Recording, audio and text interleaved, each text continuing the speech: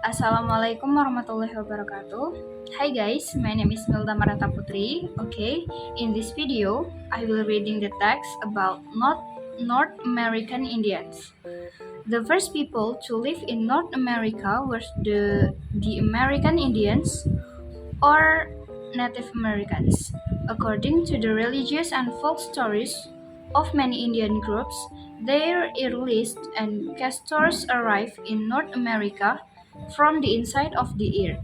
Modern scientists, however, believe that the first Native Americans come from Asia 50,000 to 80,000 years ago across the Bering Strait from Siberia to Alaska.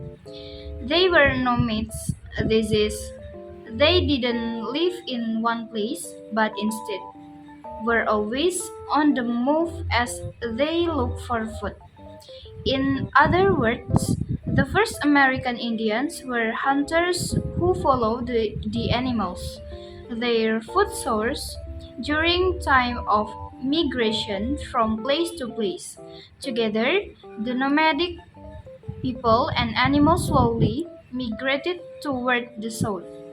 These early inhabitants spread out all over the North American continents, or now Canada, the United States, and Mexico.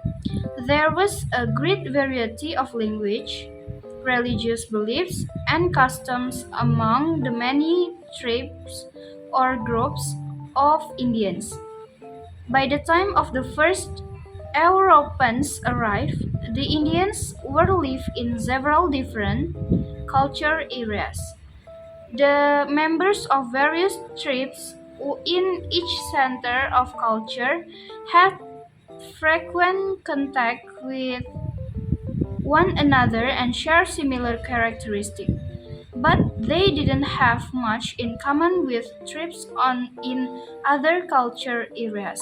For example, the Pima and Papago tribes of the southwestern desert had similar customs and habits, but their lifestyle was completely different from that of the south, who live on the plains, the Apaches, and the southwest, and the Quaquio and Tlingit on the northwest coast, or the Natchez and Tonquays on the Gulf Coast and in Florida. The lifestyle of the people who live in each culture area reflected to the geography of that area. The inhabitants of the northwest coast, or now British Columbia, Canada, lived by hunting and fishing, but they didn't lead a nomadic life. They didn't need to follow animals from place to place because they could take advantage of the resource where they were living. The oceans and rivers produce salmon, halibut, and many other fish. The forests were rich in animal life. They offer deer, elk, and bear, as well as smaller animals. In the forest, the inhabitants could also find berries to eat and wood for boats, furniture, and houses. Geography influenced other areas of life too. Hunting was seasonal work best in the summer, therefore, the tribe members were very busy at certain times of year, but in other seasons, they had the opportunity to spend time in creative activities such as woodworking, an art from for which one Northwest Coast Indians become well known. Unlike the inhabitants of the Northwest Coast, the Indians of the Eastern Plains had an cultural society. They live in learning. They live in farming communities and raise crops of corn, beans, squash, and tobacco.